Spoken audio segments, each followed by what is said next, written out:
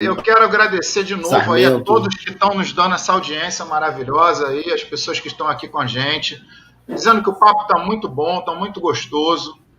Pedir de novo a vocês, quem está gostando, deixa o like, se inscreva aí no nosso canal, Capilaridades, Economia em Quadros, do nosso querido Fábio Neves, e o Diálogos Econômicos, do nosso querido Marcelo Moreira.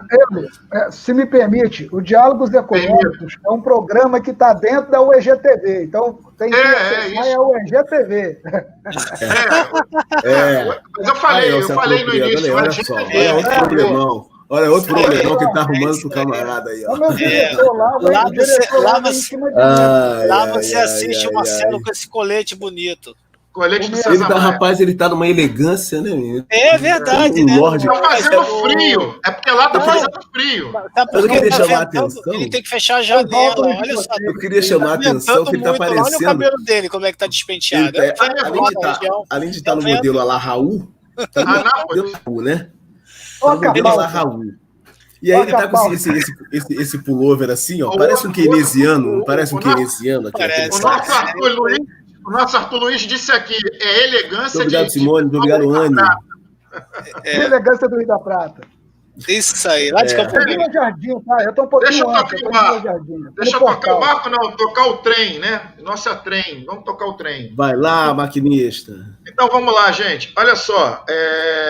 Espero que todos estejam gostando. Então, vamos para a nossa terceira pauta de hoje, que é a questão...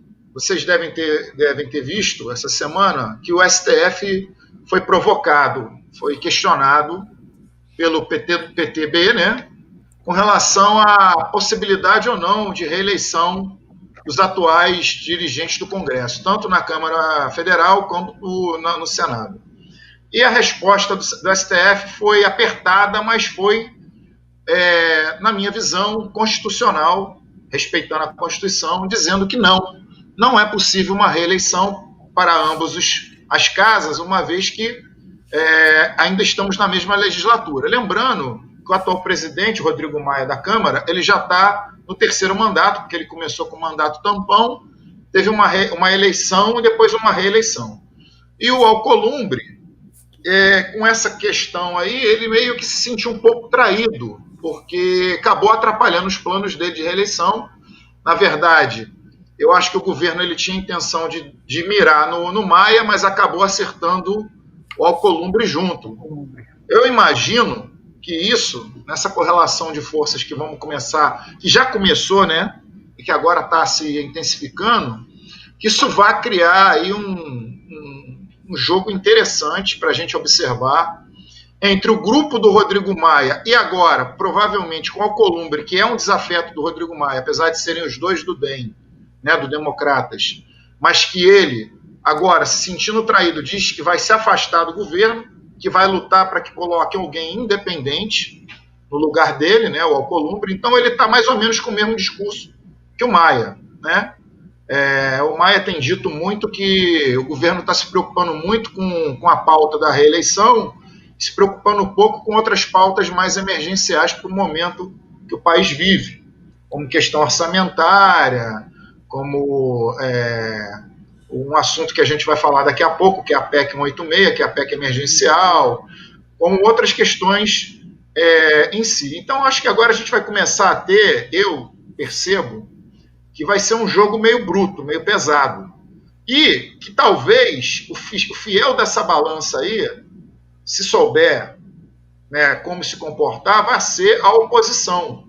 Quem é que eu estou chamando de oposição aqui? Estou chamando aos partidos de linha progressista, porque eu não chamo de oposição os partidos de centro-direita, porque eles dizem no momento que estão de um lado, mas sempre fazem base para o governo.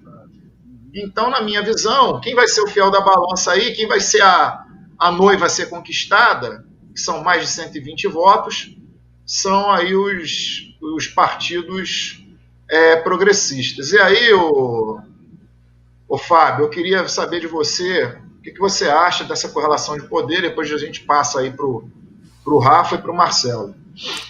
É interessante essa coxa de retalhos, né? onde cada um começa a costurar ali um pedaço do seu tecido, onde cada tecido tem uma padronagem, tem uma característica, e no final isso tem que virar uma grande colcha, né? Me lembro aí da minha avó e da minha mãe, da minha vizinha lá, fazendo essas coisas, né? Como a gente bem lembra disso da década de 70 e 80 aí no subúrbio, né? E nessa relação de poder, ou seja, vai ser um toma lá da cá, vai ter que ceder, vai ter que tomar uma outra posição nesse sentido. Mas isso também me chama muita atenção, Euler, porque a Constituição que nós temos hoje é a Constituição de 1988, né, capitaneada aí por Ulisses Guimarães e outros representantes da época, onde foi uma Constituição onde Brasil saindo aí de uma ditadura militar, né, que, se não me falha a memória, oficialmente durou até 1986, né? Podem me corrigir aí se eu estiver errado, por favor. E essa Constituição era uma Constituição democrática, uma Constituição... Ela é chamada de Constituição Cidadã, né? Isso daí. Então, é interessante, a todo momento, a gente tem que estar revisitando a Constituição para dizer, olha, você não pode isso, ai, né? Estou falando de uma maneira bem irônica, para mostrar para você isso. Por quê? Porque, novamente, é a minha preocupação. Eu estou falando para o cara aqui que está me assistindo, que está vendendo hambúrguer, que está dirigindo Uber, que está tocando a vida dele no dia a dia. Poxa, Fábio, mas o que tem a ver o filho do César Maia, né? Eu, o Alcolumbre, o que isso afeta a minha vida? Afeta nessa relação de poder, nessa relação política, em todas essas esferas que a gente sofre essa influência, e aquele desdobramento nesse toma lá da cá vai afetar a minha vida. Vai afetar no sentido da saúde, vai afetar no sentido da educação. Esse é o grande processo. Porque quando você perde uma janela de oportunidade, aí eu estou falando de uma coisa macroeconomia. Quando você perde uma janela de oportunidade porque o emprego está ruim, a renda está ruim, se você fica um certo tempo recém-formado, e aí eu estou falando preocupado com o meu aluno, por exemplo, recém-formado, e ele não consegue encontrar uma oportunidade no mercado, depois como é que ele volta?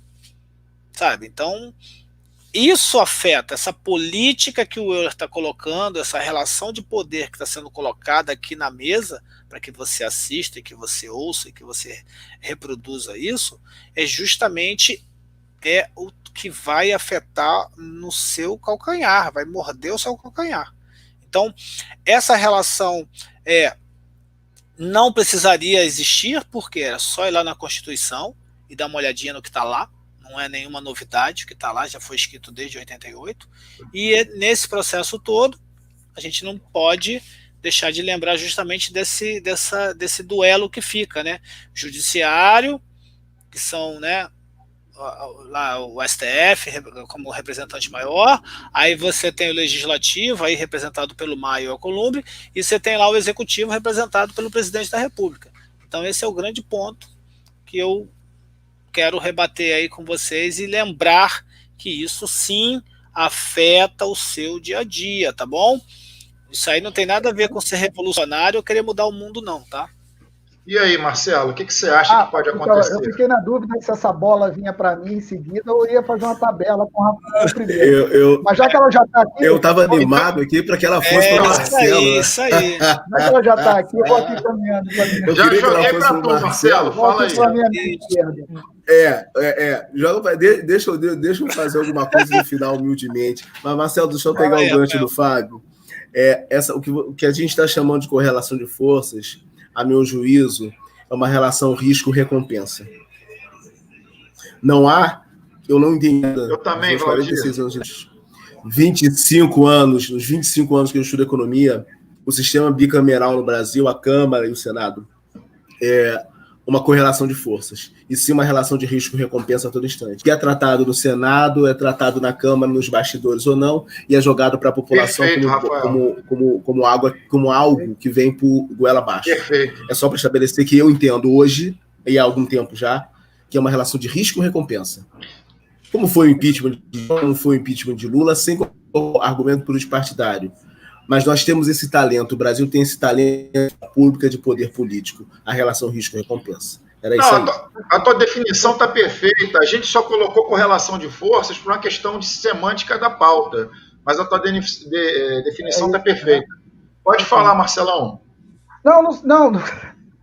É o seguinte, eu queria lembrar, porque nessa questão da correlação de força, não está fácil para o Maia, porque já que o Maia saiu da correria, da competição, né?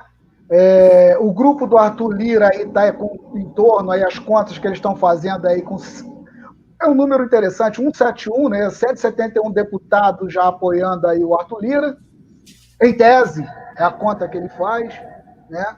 O Maia está aí em torno de 150, 160, 150 e pouco, quase 160.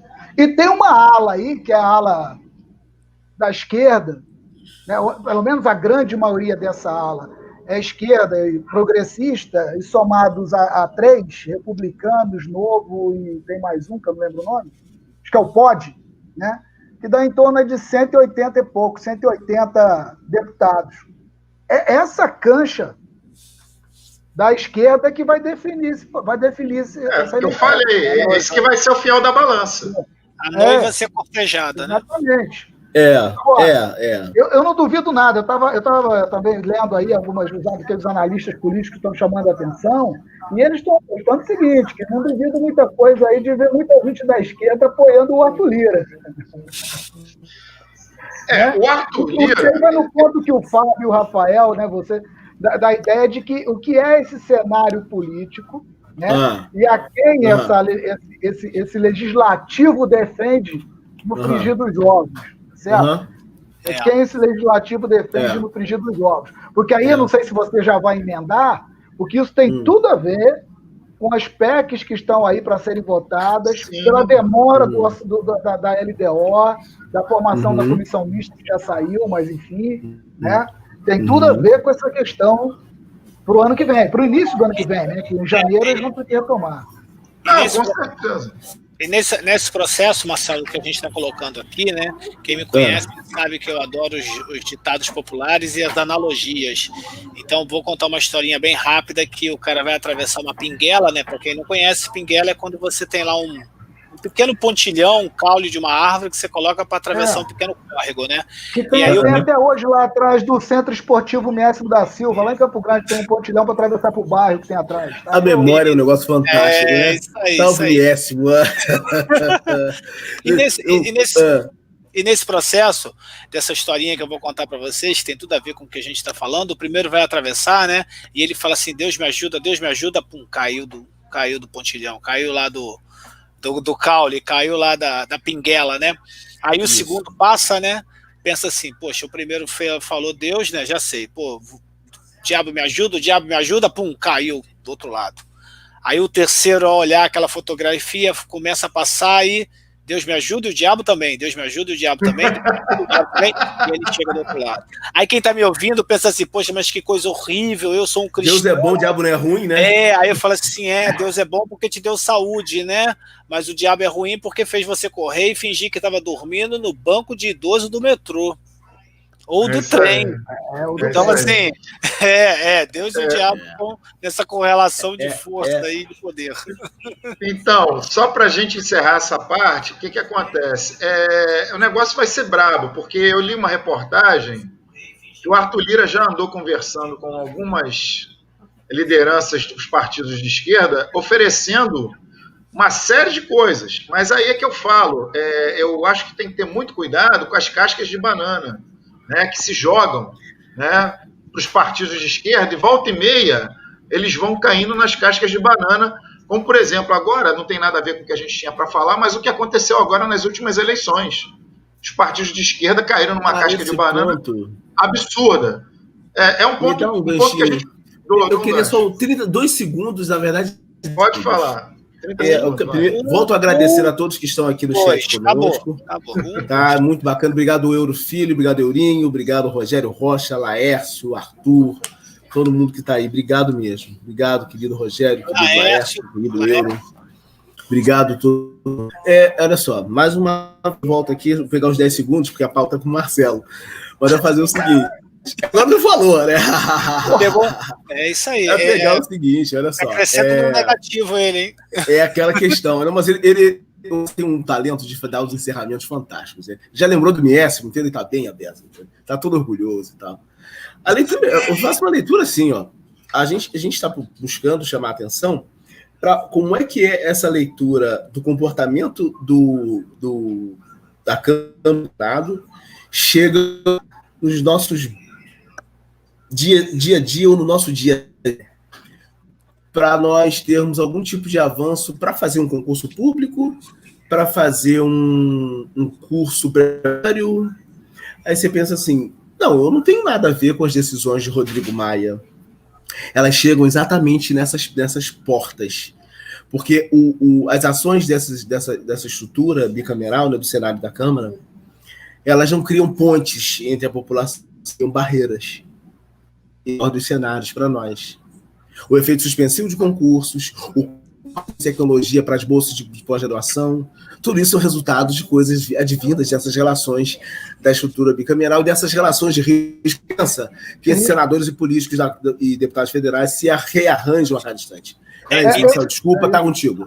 Não, é isso. Não, é isso mesmo. Não, agora eu vou roubar no meio do caminho, né? Tô aqui no intermediário. Eu via. Olha só só lembrar, senhores, que a gente tem uma última pauta para fechar o programa. Isso daí. Mas só para lembrar. Mas só para lembrar, você que está assistindo aí, que não quer fazer concurso público, mas tem uma lanchonete perto de um